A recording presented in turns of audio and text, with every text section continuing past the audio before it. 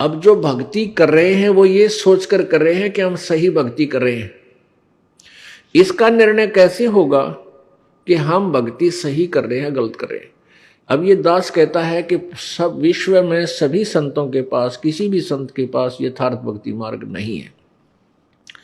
तो ये कह देने से बात नहीं समाप्त होती, ये आपको प्रमाण देने पड़ेंगे कि वो संत ये साधना बताता है, वो संत ये साधना बताते हैं, वो संत ये साधना बताते हैं, उस पंथ में ऐसा मार्गदर्शन है और हमारे सदग्रंथों में ये मार्ग लिखा है। पुण्यात्माओं, कोई भी वस्तु है, किसी का हम पैमाइश करते हैं, किसी की तुलना करते हैं, तो उसका कोई आधार मानना होता है। हमने अपने भक्ति मार्ग के इस प्रोसीजर को, इस मेथड को आधार माना है सदग्रंथों को। सदग्रंथों में कौन कौन से हैं? पवित्र चारों वेद और पवित्र पांचवा वेद जो है वो सूक्ष्म वेद, जिसके विषय में गीता जी अध्याय नंबर 4 के श्लोक नंबर 32 में 32 में कहा है। उसमें क्या कहा है कि जैसे गीता जी अध्याय नंबर 4 के श्लोक नंबर 25 से लेकर 31 तक केवल इतना ज्ञान दिया गया है कि कोई ऐसे साधना करता है, कोई तीव्र अहिंसा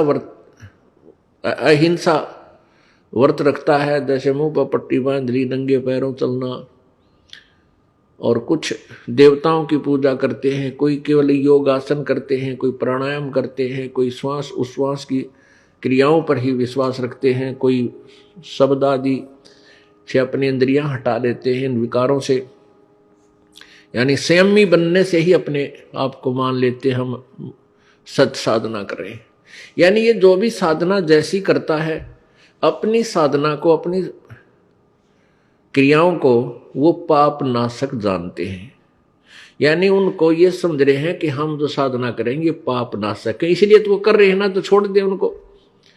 तो चौथे अध्याय के 32वें श्लोक में कहा है कि इसी प्रकार के बहुत विस्तार से और भी भक्ति के साधन उस परमात्मा के सच्चिदानंद घन ब्रह्मणे मुखे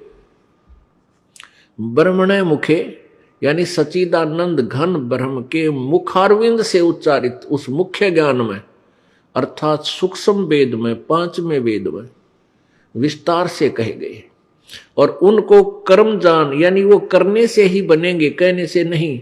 यानी क्रिया उनकी जो काम करते करते अपना सिंपल वेत है, साधारण ढंग से, जैसे आप गृहस्थी हैं या कोई जैसा भी है, अपना मतलब हठ योग से नहीं, जैसे जंगल में जाकर बैठ गए, समाधि ला ली, तप करने लग गए, कहते उससे नहीं। वो तो अपना साधारण क्रियाएं करते हुए और सहज मार्ग है वो। तो यह गीता जी के अनुवादकर्ताओं ने यहां ब्रह्मणे का अर्थ वेद कर दिया और मुख्य का अर्थ वाणी कर दिया। ये गलत किया है। गीता जी अध्याय नंबर 17 के श्लोक नंबर 23 में ब्रह्मणे का अर्थ लिखा है सच्चिदानंद घन परमात्मा, सच्चिदानंद घन ब्रह्म।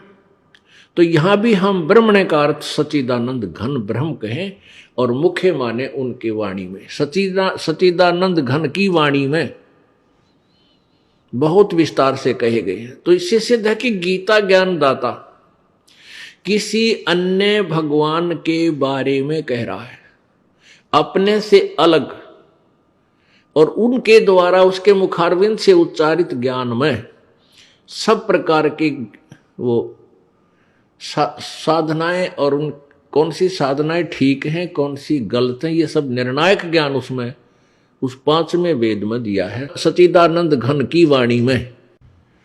तो पुण्यात्माओं, हमने आधार माना है पवित्र चारों वेदों को और पवित्र ये सच्चिदानंद घन की वाणी को, यानी कबीर वाणी को, और पवित्र श्रीमद् भगवत गीता को, पवित्र 18 पुराणों को, इनको आधार मान करके हमने भक्ति ज्ञान और भक्ति विधि आपको बताई, जो हम जिसको हम सत्य कहते हैं कि ये सच्ची साधना है।